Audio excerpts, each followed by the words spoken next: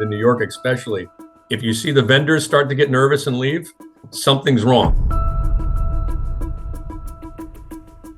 What was supposed to be a beautiful spring evening at the crossroads of the world nearly turned into bedlam after a terrorist set off a bomb in Times Square. You're sweating. Anybody that says they weren't, they're lying. I think it was on that day, we were lucky, but I think it's because we're good, and we're good because we're lucky. For Inside Edition Digital, I'm Sal Bono, and this is New York Gritty.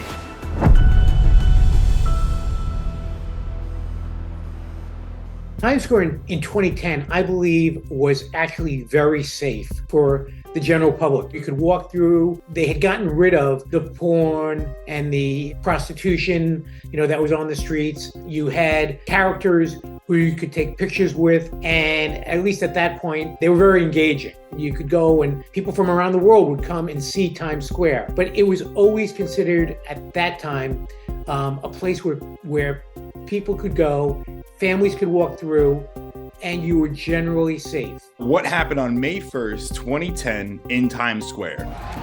From all accounts, it was a regular day. You heard this little pop, pop, pop, pop, which was almost like a firecracker going off and stuff. And then the sparks inside the car, you could see them. It was a call-in from a vendor.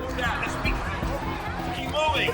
There was a guy who had one of those carts in Times Square. He was a veteran, actually, and he saw smoke coming from the car. He knew that it didn't appear to be a fire per se, but he knew that there was something definitely wrong, and he was the first one to notify NYPD and the FDNY that something was up. On that day before the car, it was a normal day in Times Square. Thousands, if not 100,000 people might have been in Times Square, throughout the entire area. And when NYPD and FDNY were done clearing the area, it was a ghost town. It was a startling moment. It was almost like a movie. As soon as I got under the tape, nothing was moving. As I'm walking, I realized I'm in the heart of this city, and it's been evacuated.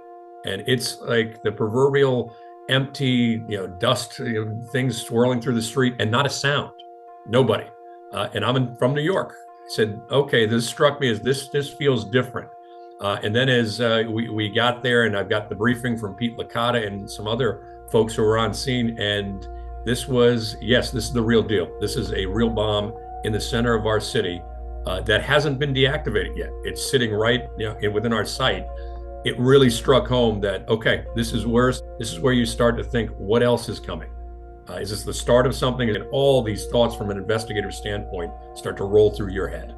The FBI agents we spoke to shared their story with the CBS series, FBI True. I'm starting to think at this point, okay, where's the subject? Who was driving the car? Because are they going to activate some other bombs? And in my head, I literally am thinking of a stopwatch being clicked, because now the hunt is on. Someone left an SUV filled with explosives in the heart of Manhattan.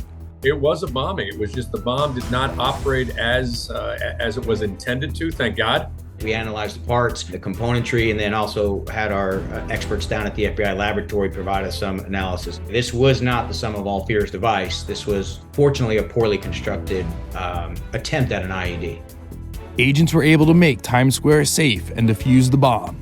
Now the chase was on to find out who did this. The damage it would have been catastrophic, and that video that we did, that, again, not reenactment, test shot, confirms the damage that would have been done. And more importantly, when you think about Manhattan, it's cavernous, right? And one of the main things that you get with a large, any type of device, but especially a device this size, it's what's called blast pressure effect. And it's this pressure that you don't see. It's the hardest wind you could almost imagine. And it bounces like a racquetball, but in volume. And that's what knocks down buildings and knocks you over and damages your vital organs. And the more you have what we call secondary and tertiary fragmentation, which is the shattering of glass that's going to go from the west side all the way to Times Square, east side, west side. And it goes 360, it goes up and down, left and right. So it would have been catastrophic. Fortunately, it wasn't. We got lucky that day with regard to, he got it down there. He brought a vehicle that he thought was going to function, full of explosives down there to do some significant damage. He, fortunately, for everybody, didn't build it the right way. and we continue to pursue a number of leads. But it's clear that the intent behind this terrorist act was to kill Americans. FBI agents traced the SUV to a naturalized U.S. citizen born in Pakistan named Faisal Shahzad, who was living in Connecticut. He purchased the SUV a few weeks earlier. He was a student and also working, but a student at the University of Bridgeport going for his master's degree in computer science. Not a dumb guy, not somebody who was living in his parents' basement and, this kind of what you'd always expect a lone wolf to be. This was something that he was really focused on, and that people didn't know it. People around him didn't know he was doing this, but he had traveled to Pakistan. He had learned how to build a bomb, and he had enough of a technology and engineering background that he did his best in developing the bomb. Almost 54 hours after the bombing, Shahzad was arrested at JFK Airport. Faisal had planned to leave New York as soon as he could after the bombing. He did stay around for a while, but then when he started seeing that we were actually closing in on him, he then headed to the airport and he was going to fly to Dubai. Why Dubai? His wife was in Dubai, and that in Dubai he was then going to fly to Pakistan. So it was not going to be a direct flight, but that was his ultimate goal. It was interesting when we first put hands on Mr. Shah, when he was first arrested, he was almost too easily giving up that, no, I'm just disaffected. I'm just angry.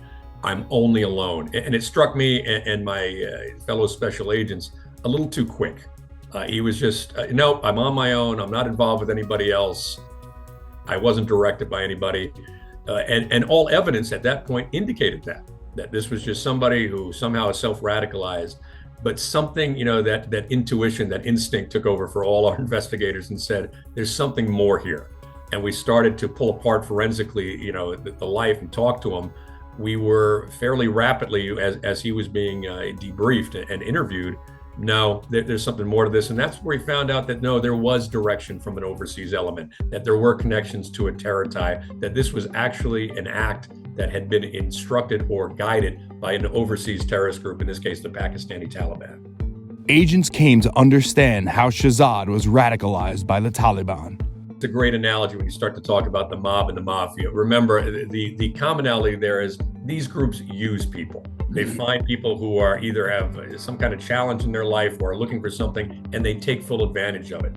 In this case, what we believe or what we know, what we put together now, is Mr. Shahzad was disaffected, was not happy with his life, was trying to rediscover his religion, went back, and it was recognized by these groups. We don't know exactly who, but they brought him in and they played upon that.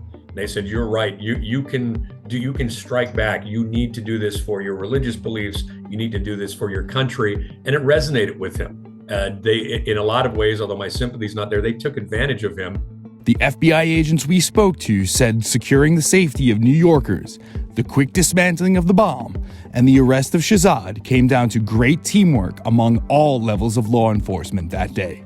One of the things that people have to remember, that the most effective weapon we have against this terrorism, crime, anything, is the teamwork that we show. And that's teamwork not only amongst groups like the FBI or the NYPD, but with each other. All of the agencies working together, especially in response to an emergency incident.